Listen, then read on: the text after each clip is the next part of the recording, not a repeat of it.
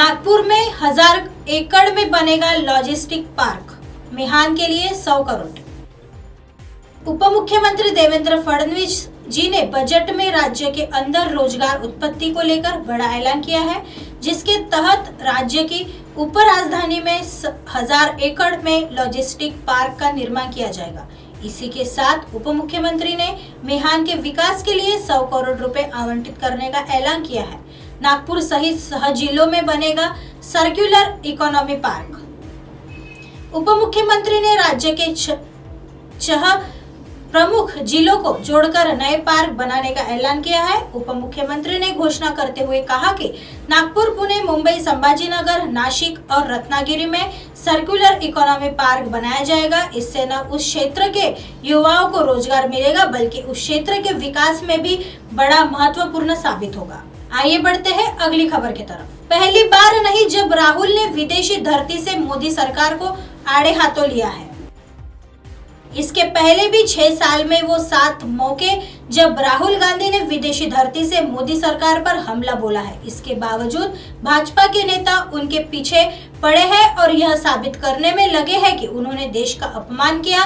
जो बात राहुल गांधी विदेश में कहते हैं, वही बात वे दिल्ली में भी कहते हैं। तभी सवाल है कि जब दिल्ली में कहते हैं तो उससे देश का अपमान नहीं होता है, और देश अब विदेश में करते हैं तो उससे अपमान हो जाता है। राहुल ने कहा कि संसद में बोलने नहीं दिया जाता है, माइक बंद कर दिया जाता है, मीडिया के ऊपर दबाव है, केंद्रीय एजेंसियों का दुरुपयोग किया जा रहा है, क्रोनी कैपिटलिज्म को बढ़ाया दिया जा रहा है आदि।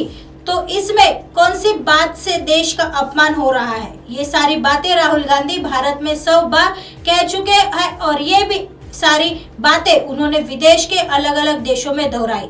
इस समय लंदन में उन्होंने पहले कैम्ब्रिज में भाषण दिया और इंडियन जर्नलिस्ट एसोसिएशन से जुड़े पत्रकारों से मिले, फिर प्रवासी भारतीयों को संबोधित किया और फिर ब्रिटेन की संसद में बोले। उन्होंने चारों जगह पर एक जैसी बातें कही। लोकतंत्र पर खतरा, मीडिया पर दबाव, चुनिंदा उद्योगपति को बढ़ावा देना और आरएसएस भाजपा की फांसीवादी सोच, इसमें कोई भी बात नहीं है और न देश का अपमान करने वाली है। इस तरह की बातें वे पहले भी कम से कम आधा दर्जन बार विदेश दौरे में कह चुके हैं। वैसे भी भाजपा के नेता कहते हैं कि प्रधानमंत्री नरेंद्र मोदी जी ने देश का मान बहुत ज्यादा बढ़ा है, तो राहुल गांधी के बोलने से क्या अपमान होना है? इससे पहले 6 साल में वो 7 मौके जब राहुल गांधी ने विदेशी धरती से मोदी सरकार पर हमला बोल चुके हैं, जब मई 2022 को लंदन में आइडियाज फॉर इंडिया सम्मेलन हो रहा था। आइए बढ़ते हैं अगली खबर की तरफ। भारतीय राजनीति में महिलाओं की भागीदारी बढ़ाने की अभी और जरूरत है। हर साल 8 मार्च के दिन अंतर्राष्ट्रीय महिला दिवस मनाया जाता है।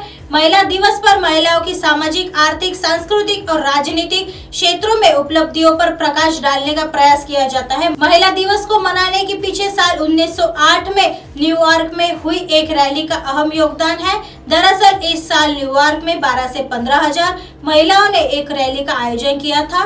रैली करने वाली इन महिलाओं की मांग थी कि उनकी नौकरी के कुछ घंटे कम किए जाए, साथ ही उन्हें वेतन भी उनके काम के मुताबिक दिया जाए। इसके साथ ही इन लोगों की यह भी मांग थी कि उन्हें वोट देने का भी अधिकार मिले। इस आंदोलन के 1 साल बाद अमेरिका के सोशलिस्ट पार्टी ने पहले नेशनल वीमेन डे की घोषणा की थी।